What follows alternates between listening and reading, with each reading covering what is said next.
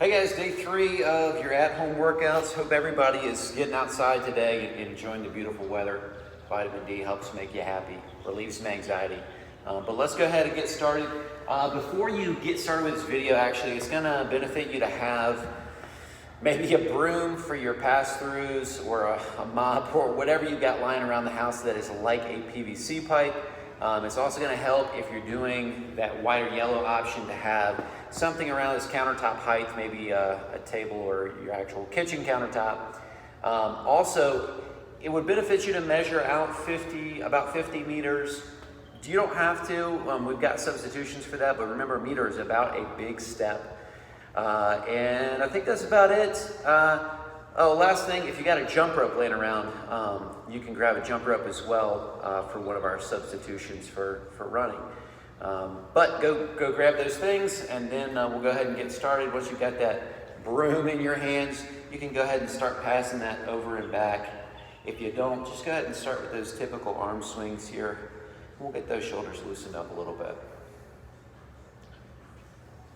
So I'll say that if you've been hanging out with me for the last couple days, you've been doing these at-home workouts, you may want to modify today's due to some shoulder fatigue from the burpees yesterday, but we'll kind of talk about those options as we get into that board talk. If you've got that PVC pipe or that broom, go ahead and grab the short end here, rotate it over top, reach in front, pull that up.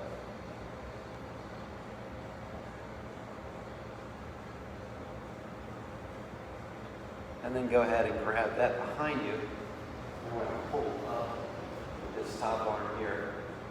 You can get to a position where you can kind of rest that hand on the top of your head. You can kind of allow that top arm to relax as that bottom arm stretches out here.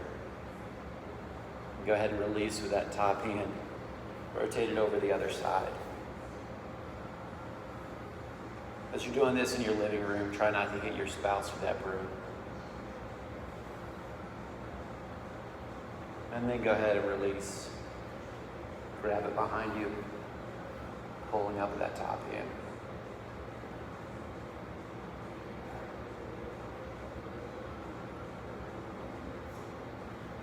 Go ahead and set that broom to the side here. We're going to start with tiny little arm circles.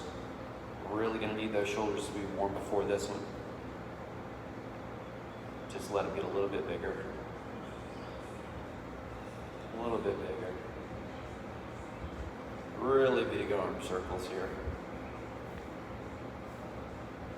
And just hug it out.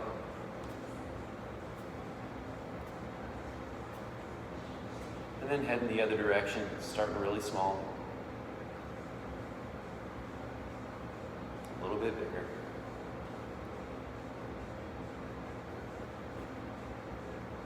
A little bit bigger. Huge arm circles here. And hugging it out.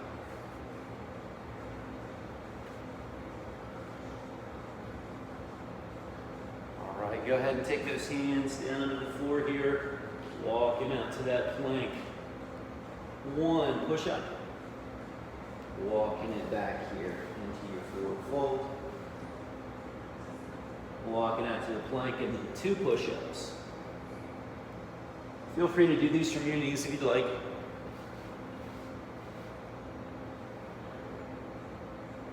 And then this time we're going to walk out. Knock out 3 push-ups. And then we're going to take a big step up with that right leg. We're just going to do some circles on this side.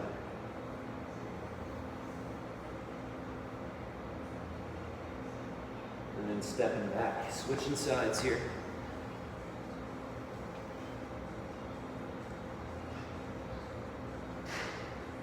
Now, if you've been following along here, you're definitely going to need to get into that pigeon pose here. So take that right leg across. That lower leg should be perpendicular here. As you're doing this, you want to keep that spine long here. You usually don't get a side angle here when we're in class, but you want to keep that spine nice and long. As you hinge over here, it's going to give you a little extra stretch there in that head. go ahead and shake that leg out for a second. Bring that other leg across. Walking in and out, taking those forearms to the ground if you can.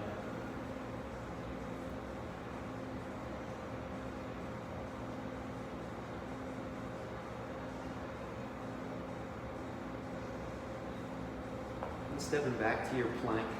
Now you can do this from your knees if you'd like. We're going to challenge you here as far as your core strength and your balance. What you're going to do is you're going to take your right hand up. Try to keep those hips as level as possible. Right hand goes back down. Left hand up. Left hand back down. Right foot up. Back down. Left foot up. Back down. Now, right hand up. Left foot up.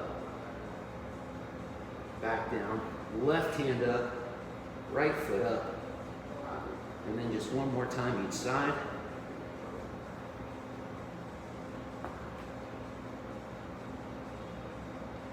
All right, now go ahead.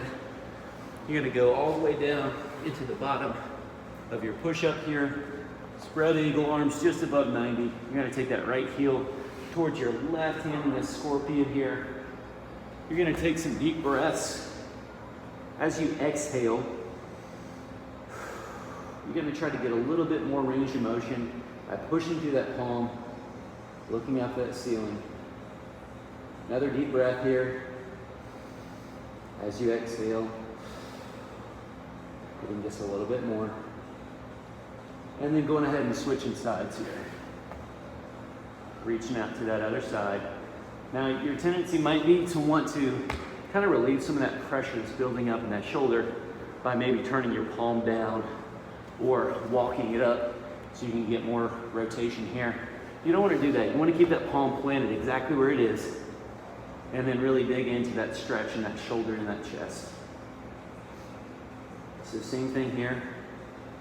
Exhaling. Getting a little bit more.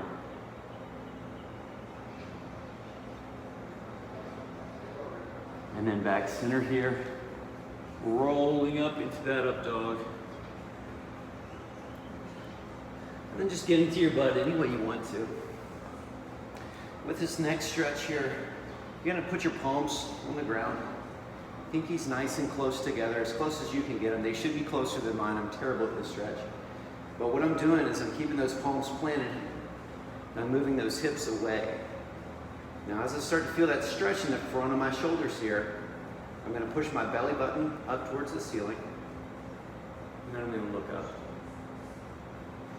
Try to relax here, try to breathe deeply.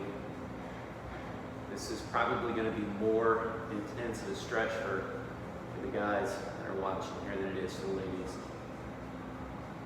Go ahead and swing those arms in front, relaxing for a second, and then we're going back into that same stretch here.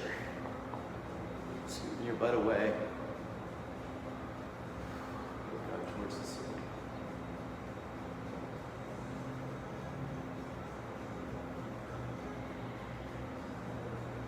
All right, go ahead and get to your feet here. And we're just gonna start with a little bit of a jog here. Just jogging in place. Nothing crazy. Just getting moving. And we're gonna pick up those knees a little bit. Not picking up the tempo, just picking up the height of the knees. Now we're gonna go ahead and start picking up our heels to our butt.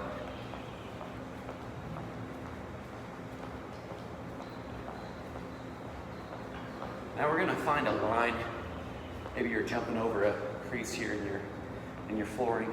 We're just gonna go back and forth off 2 feet.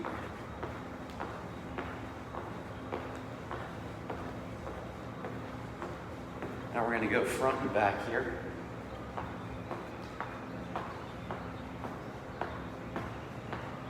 Now if you can, you're gonna go down to 1 foot here. We're gonna go to those side-to-side hops. If you decide that 1 foot hop's not for you, feel free to stick to 2 feet.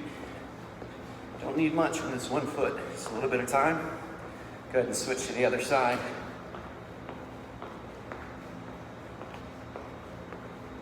Same thing, forward and back.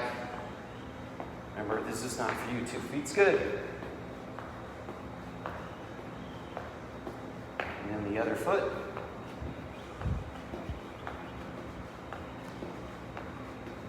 Now we're going to go back to that high knees. This time, double time high knees. Almost warm. Double time butt kickers. Pulling hard with those hamstrings. And relax. All right, hopefully I'm going to be able to deliver this board talk after all that. So, today we got kind of an interesting workout. So what you're going to be doing is you're going to be setting a clock. And that clock's going to count down from 18 minutes or up. And you're going to accumulate over that time as many 8-count bodybuilders as you can. As soon as I catch my breath, I'm going to demo those. But as you're accumulating those reps, every 3 minutes, starting at 0, you're going to be running out about 30 seconds and back in about 30 seconds. So I mentioned earlier, if you've measured out 50 meters, that's going to be something that's going to equate to, you know, if you're running out to the 50-meter mark and back, it's going to equate to about a minute. If you're a slower runner, you might have to run a little bit less than that. If there's no place to run around you, feel free to sub that out for maybe 45 seconds of jump rope, maybe 45 seconds of high knees.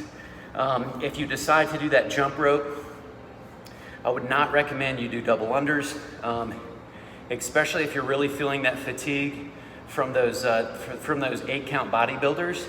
But what you could do if you want to scale up that intensity and you only have that jump rope, instead of going as fast as you can with the rope, you can start going into some high singles. So just jumping a little bit higher than your normal jump, and that will take that intensity up. And for those jump rope, you're just going to do that on the clock about 45 seconds. So that means that you're going to have about a minute of running or high knees or jump rope, and then you're going to have about 2 minutes to accumulate this 8-count bodybuilder. Now, I'm going to talk about the 8-count bodybuilder, and then I'm going to talk about how this scales from brown down to white. So your 8-count bodybuilder, this is a special version of our burpee that doesn't involve a jump, and you don't even have to put your hands over your head, so it's super easy. And it's going to look like this. So it starts standing here, the hands go to the ground, and then from here I'm going to jump those feet out. I'm going to go ahead and knock out my push-up. You can do this from your knees at those lower levels, but I'm going to knock out that push-up. Then I'm going to knock out a plank jack, so my feet are going to go out, they're going to go in, and then they're going to jump back in, and I'm going to finish standing. So that's hands down, jump out, push up, plank jack, jumping back in, standing tall. No jump, no hands overhead. Super easy. All right? So let's talk about how this scales. So in the blue, purple, and brown, that plank jack, or that 8-count bodybuilder rather, is going to look the exact same. You're going to be doing it from the floor. You're probably going to be doing those push-ups from your toes. Now in orange, feel free to scale that down to your knees. But remember, you're going to have to do that plank jack obviously from your toes. So it's going to go knee push-up, back to the toes, plank jack, then jump those feet in. So from here, hands down, jumping out, knee push-up, back to the toes, plank jack, and then standing up nice and tall. Now, if you're going to be scaling in that yellow or in that white, you're only going to be doing 3 push-ups per round here. So we're considering a round at 3 minutes. And so that means that only on your first 3 8-count bodybuilders are you going to be knocking out that push-up, right? So after you get done with that third one, you're going to be going to essentially a 7 count. So hands go down, jumping out, plank jack, jumping in, standing nice and tall. So what we don't want to happen here is we don't want you to run out of push-ups before you run out of breath. So we want you to stay moving consistently the whole time. The shoulder fatigue is definitely going to be a factor, but we want to be able to slow down that tempo to keep moving. If we completely run out of push-ups, we want to make sure that we scale down into that bodybuilder, that 8-count bodybuilder without the push-up, so that we can continuously move here, all right?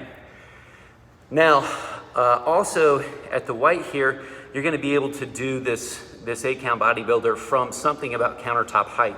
And that 3 push-up rule is still going to apply. So with that, you're still hands to the box here. You're gonna be jumping out, doing your push-up, here, jumping in, standing tall.